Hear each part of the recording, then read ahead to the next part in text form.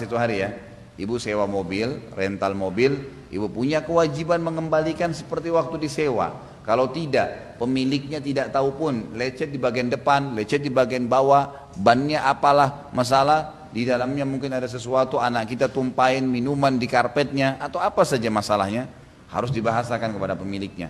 Dia minta ganti, diganti, nggak boleh nggak, haram hukumnya. Kita bisa selamat dari gangguan dia atau masalah dengan pemilik, tapi dengan Allah SWT tidak bisa selamat hari kiamat. Hati-hati masalah ini. Jadi jangan sampai kita lupa ya, bahwasanya Allah itu maha melihat, maha mengetahui dan bisa melakukan apa saja. Nggak boleh ghasb, nggak boleh mengambil haknya orang lain sama sekali. Sewa rumah, banyak orang rumahnya nggak dirawat, dihancurin rumahnya orang lain. Bahkan ada pernah orang cerita sama saya, waktu saya pas lagi ngecat rumah yang saya pernah kontrak gitu kan, kok Ustadz ngecat? Loh iya, ini kan rumahnya sudah berlumut, waktu saya masuk rumahnya baru gitu kan. Demi kenyamanan saya dan juga memang ini kewajiban saya karena saya sewa dalam kondisi memang nyaman. Plafonnya sedikit rusak, saya langsung panggil tukang perbaikin. Kerannya sedikit patah, saya langsung gantiin yang baru. Ya, dan saya bahasakan ke bapak pemilik rumah, ini akhi, kebetulan memang saya kenal waktu itu di Bandung, saya waktu kontrak awal datang ke Jakarta, lalu saya bilang sama dia, ini akhi begini, ini akhi begini. Sampai dia sangat nyaman, karena merasa saya ini pengontrak yang bertanggung jawab dengan tempatnya. Saya bilang ini bukan karena masalah antum saja, permasalahannya adalah hubungan saya dengan Allah SWT hari kiamat. Waktu saya keluar dari tempat kontrakannya, saya bilang sama dia, tolong dicek kembali rumahnya, dan saya siap menerima masukan. Ada hak antum yang terzalimi, sampaikan, saya akan ganti, gitu kan? Apa saja, walaupun hal-hal kecil, termasuk kerannya, termasuk keramiknya, ada yang rusak, mungkin pintunya. Sampai saya sebelum keluar itu pintu kamar mandinya sering kena air, akhirnya terkelupas. Saya gantiin pintu baru, gitu kan? Lalu pas hisab hari kiamat. Ya.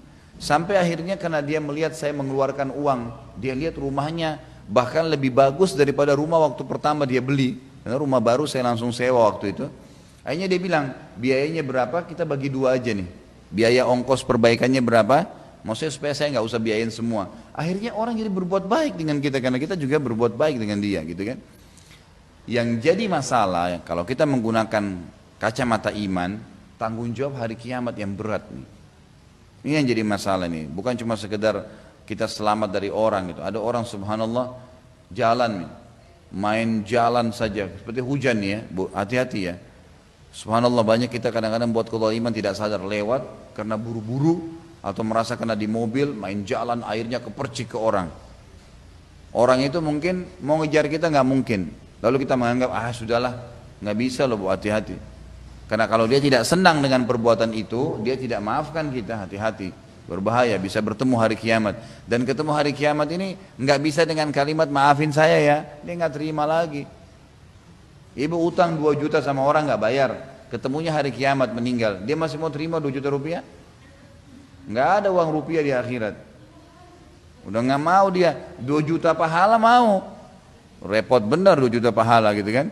Berapa banyak yang diambil dari kita. Makanya selesaikan di dunia ini. Hal sampai yang kecil pun harus kita hati-hati. Masih ingat riwayat Imam Bukhari, beliau memanah kena pagar tetangganya tercuil dikit. Waktu itu dia mau berburu ya, nggak jadi, dia sampaikan ke pembantunya, sampaikan ke teman-teman saya nggak jadi berburu, dan sampaikan kepada tetangga saya ini yang tadi pagarnya tercuil kena anak panah itu, sampaikan kalau dia mau diganti saya siap gantiin.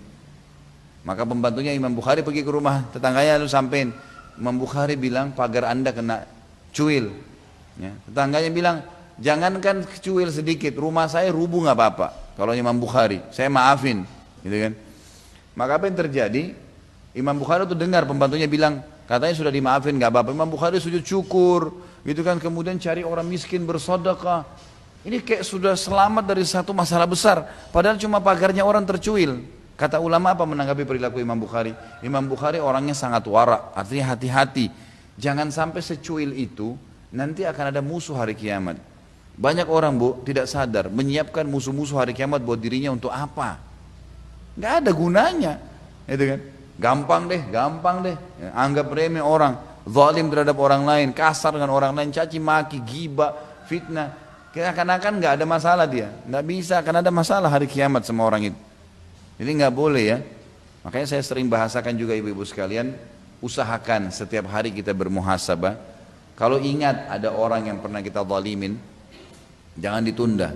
Bahkan kalau perlu, kalau saya pribadi ya, saya sering libatkan dalam doa saya, ya Allah kalau seandainya ada orang yang punya hak terhadap diri saya ini, ingatkan ya Allah dan mudahkan saya menyelesaikannya. Jadi jangan sampai ada musuh hari kiamat.